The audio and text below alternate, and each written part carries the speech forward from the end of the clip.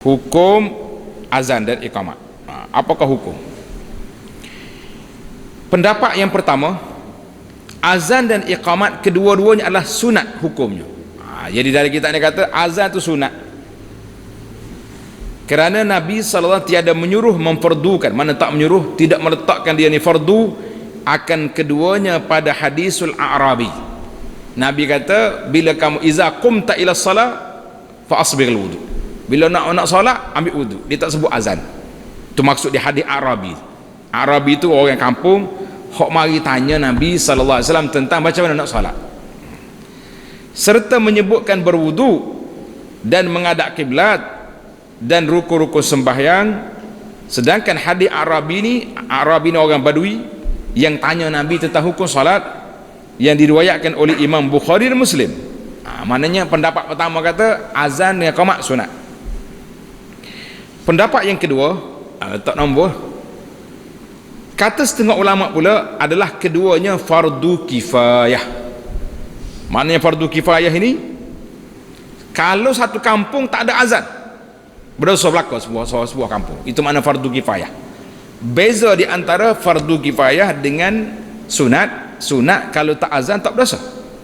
Tapi kalau kata fardu kifayah, tak ada siapa azan dalam kampung kita ni, senyap je, satu kampung itu berdosa. Hati-hati tuan-tuan, ada setengah kampung ni zuhur dengan asar tak ada orang azan.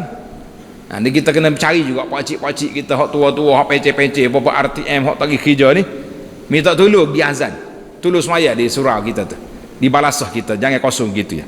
Ada setengah balasah tak ada, sini zuhur asar tak ada orang, kena ada orang, kena pakat mari masjid. Manakah dalil? Mengikut sahih Bukhari dan Muslim, kata Nabi sallallahu alaihi wasallam kepada siapa dia, Malik ibn Huwairis, ketika nak balik kampung, Nabi kata, "Idza hadaratis salah falyu'azzil lakum ahadukum." Apabila hadir waktu sembahyang, maka adalah azan bagi kamu oleh seorang kamu. Bila mu nak salat, mu kena azan. Ini perintah. Dan tiada disuruh Nabi sallallahu akan iqamat pada riwayat Bukhari. Ada perbahasan situ. Sesungguhnya dengan kedua-dua ini dapat melahirkan syiar keislaman, sedang meninggalkannya adalah seolah-olah merendahkannya. Ingat baik, azan dengan iqamah ini syiar kepada Islam yang boleh kita nampak. Kampung ni ada masjid, kadang-kadang satu kampung tu 5-6 surau ada, bunyi azan sini, bunyi azan sini, bunyi iqamah sini, bunyi solat sini, kita rasa bahagia. Cuma sedihnya bila kita pergi ke masjid, orang pula tidak ada. Banyak tiang pada orang, itu masalah dia. Sesungguhnya disyaratkan kedua-duanya ialah untuk sembahyang fardu sahaja.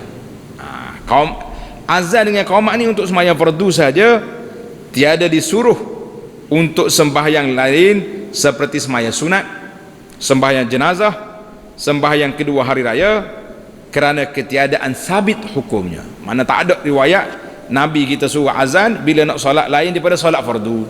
Itu maksud dianya.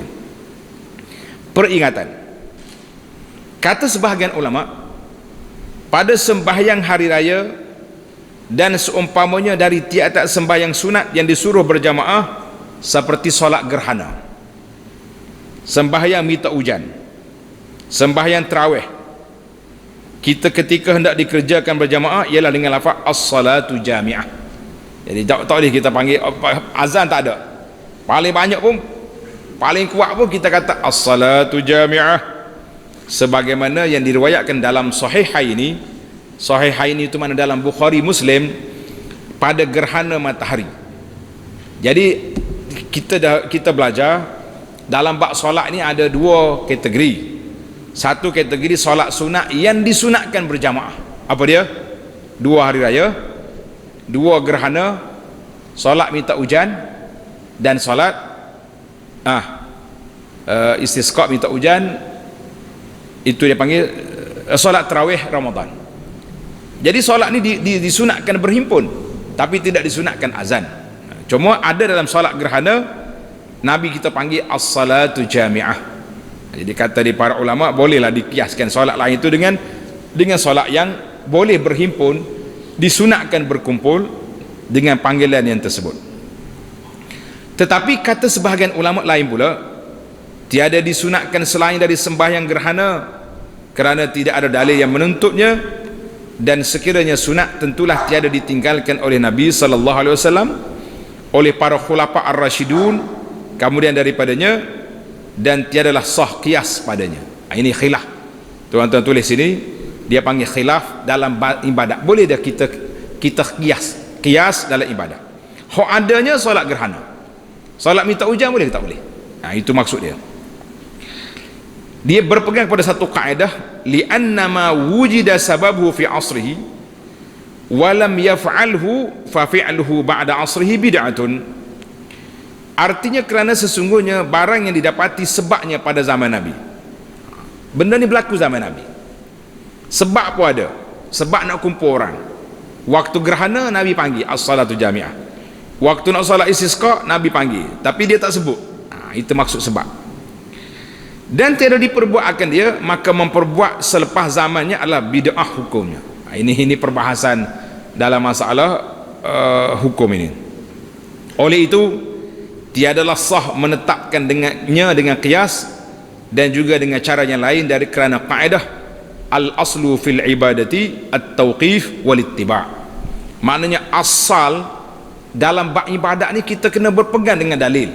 Hak Nabi buat kita buat, hak Nabi tak buat kita tak, jangan reka sendiri. Dan riwayatkan daripada Jabir bin Samurah radhiyallahu anhu, sallaitu ma'a Rasulillah sallallahu alaihi wasallam al-eidaini ghaira marrah wala marrataini bi ghairi azanin wala iqamah.